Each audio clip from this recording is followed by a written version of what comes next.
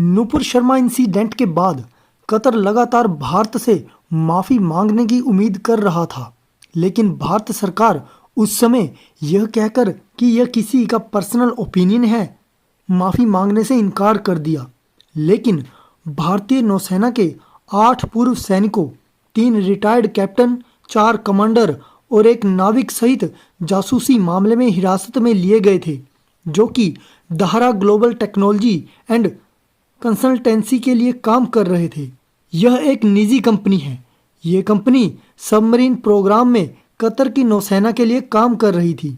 इस प्रोग्राम का मकसद रडार से बचने वाली हाईटेक इतालवी तकनीक पर आधारित सबमरीन शामिल करना था, जो कि एक आम पनडुब्बियों से काफ़ी छोटी होती है, जिसमें कम से कम 2 और अधिक से अधिक 7 कर्मचारियों के एक साथ आने की व्यवस्था होती है। भारतीय नौसेना में विभिन्न पदों पर काम कर चुके इन पूर्व अधिकारियों पर इजरायल के लिए जासूसी करने और एक सबमरीन प्रोजेक्ट की संवेदनशील जानकारियां इजरायल से साझा करने का आरोप है। हैरानी की बात यह है कि कतर की सरकार ने आधिकारिक तौर पर इन्हें हिरासत में लेने की कोई वजह नहीं बताई है। विदेश मंत्रालय के प्रवक्ता से जब इन भारतीय नागरिकों को हिरासत में लेने के कारणों के बारे में पूछा गया, तो प्रवक्ता ने कहा था कि इन्हें हिरासत में लेने या गिरफ्तार किए जाने के कारणों के बारे में कतर प्रशासन से पूछा जाए और इसके बारे में वे ही बेहतर बता सकते हैं। ज्ञात हो कि कतर में हिरासत में लिए गए लोग आरोपी साबित होने पर इन्हें मौत की सजा का सामना भी करना पड़ सकता है। भारतीय नागरिकों की गिरफ्तारी ने न सिर्फ भारत और कतर के संबंधों में खटास पैदा कर दी है, बल्कि इन्हें सही सलामत देश वापस लाना मोदी सरकार के लिए भी एक बड़ी चुनौती बन गई है।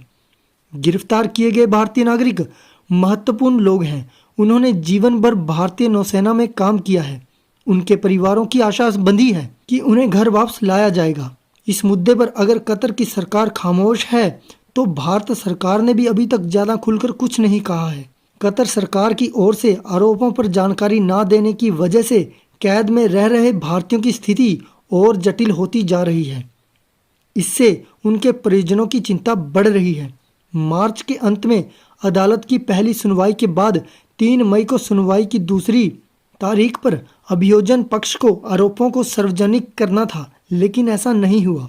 भारतीय दूतावास की तरफ से नियुक्त किए गए वकील ने आरोपों की जानकारी साझा करने को कहा ताकि बचाव तैयार किया जा सके।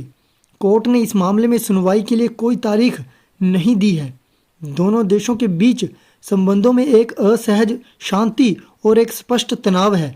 प्रधानमंत्री नरेंद्र मोदी 2016 में कतर की राजकीय यात्रा पर गए थे और विदेश मंत्री एस जयशंकर कई बार दौरा कर चुके हैं, लेकिन रिश्तों में गर्माहट और गर्मजोशी फिलहाल नदारद है।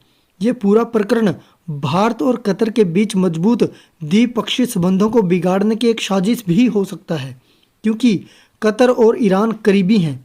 ईरान और इजरायल आपसी दुश्मन हैं।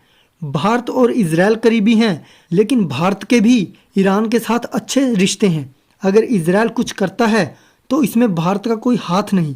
इजरायल को इस सबमरीन प्रोजेक्ट में काफ़ी दिलचस्पी है, क्योंकि कतर और ईरान एक अच्छे दोस्त हैं और इजरायल को संदेह है कि ईरान इस सबमरीन में दिलचस्पी रखता है। इजरायल सीधे जासूसी नहीं कर सकता, इसलिए कतर का मानना है कि उसने इस काम के लिए भारतीय नागरिकों को इस्तेमाल किया। ये अधिकारी समय से पहले रिटायरमेंट लेकर इस प्रोजेक्ट से जुड़े थे, इसलिए कतर को भारत सरकार पर शक है।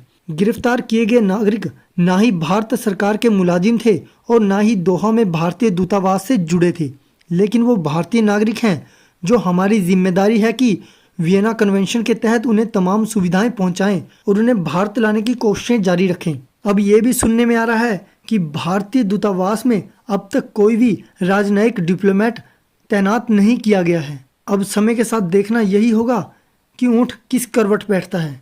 और आप सभी का क्या मानना है, अपने विचार कमेंट्स में ज़रूर बताना।